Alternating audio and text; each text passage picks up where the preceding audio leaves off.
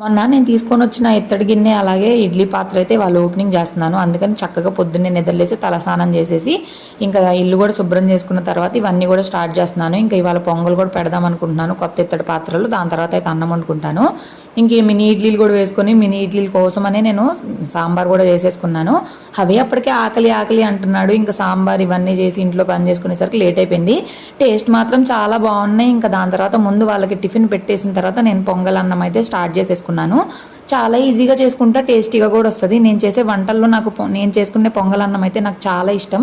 అలాగే నేను చేసేది మా ఇంట్లో కూడా అందరు కూడా ఇష్టపడతారు.